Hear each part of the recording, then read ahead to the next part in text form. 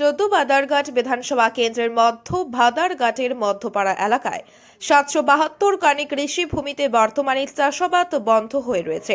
প্রয়োজনীয় জলের কারণে এই জমিগুলিতে ফসল ফলানো সম্ভবপর হয়ে উঠছে না কৃষকদের পক্ষে।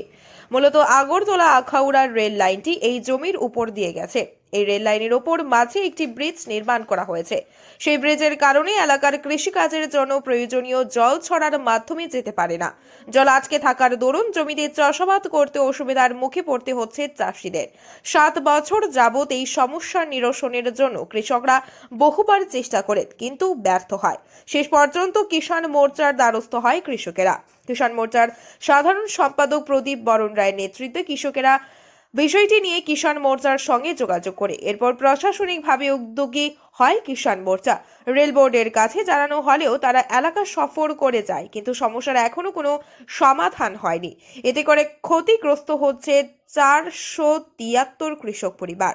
রবিবার কিষাণ মোর্চার প্রদেশ সভাপতি জৌহর সাহার নেতৃত্বে স্থানীয় কাউন্সিলর অভিজিৎ মল্লিক ও অন্যান্য নেতৃত্বদের নিয়ে এলাকায় যান। বিষয়টি গুরুত্ব দিয়ে সমাধান করার কথা জানায় কিষাণ মোর্চা। অবশেষে নির্বাচন শেষ হতেই সমস্যার সমাধানে ফের উদ্যোগী হয় কিষাণ মোর্চা। প্রদেশ সভাপতি জানান, এই বিষয়টি নিষ্পত্তি করার ক্ষেত্রে বিলম্ব করছে রেল বোর্ড। এটা কোনোভাবেই কাম্য নয় বলে জানান তিনি।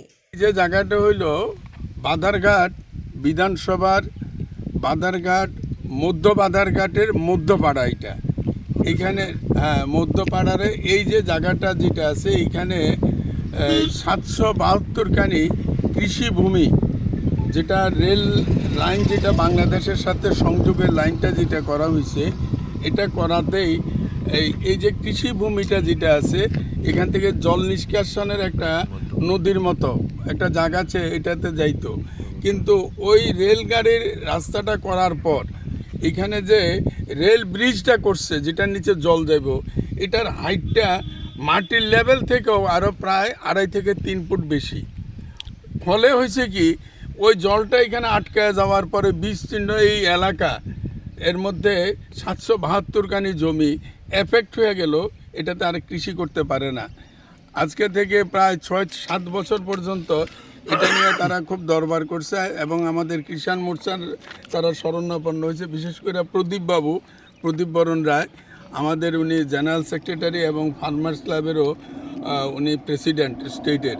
এই প্রদীপবাবু প্রথমে এই ব্যাপারটা নিয়ে এলাকার কৃষকদের সাথে নিয়ে আমাদের সাথে যোগাযোগ করে এবং প্রশাসনিকভাবেও আমরা এই ব্যাপারে উদ্যোগী হই।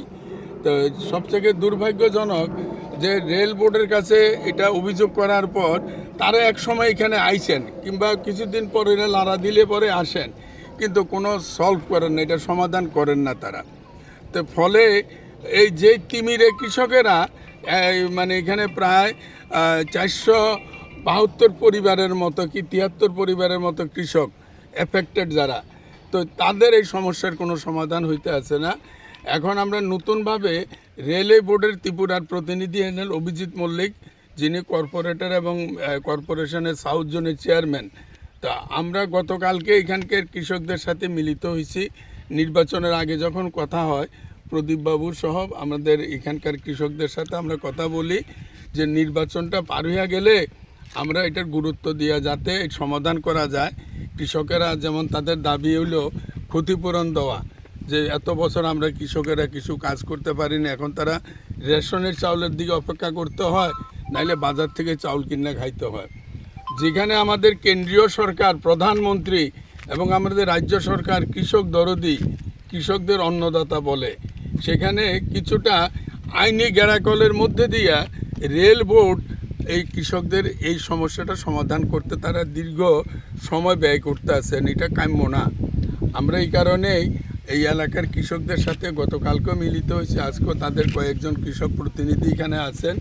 আমরা তাদের সাথে কথা কইয়া আমাদের একটা হলো, আমরা মাননীয় মুখ্যমন্ত্রী এবং আমাদের কেন্দ্রীয় সরকার ইভেন আমরা আমাদের যশস্বী প্রধানমন্ত্রীর দৃষ্টি আকর্ষণ আমরা করব যে অতি দ্রুত যাতে জল নিষ্কাশনের ব্যবস্থা করে, এবং এরা যে এত বছর কৃষকেরা যে তাদের চাষাবাদ করতে পারছে না যে ক্ষতিটা, তার জন্য আমরা রেল বোর্ডের কাছে, রেল দপ্তরের কাছে ক্ষতিপূরণও আমরা দাবি করব।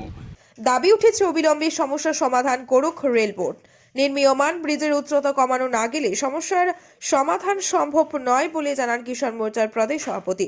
ক্ষতিগ্রস্ত কৃষকদের আর্থিক সহায়তা প্রদানেরও দাবি জানান তিনি।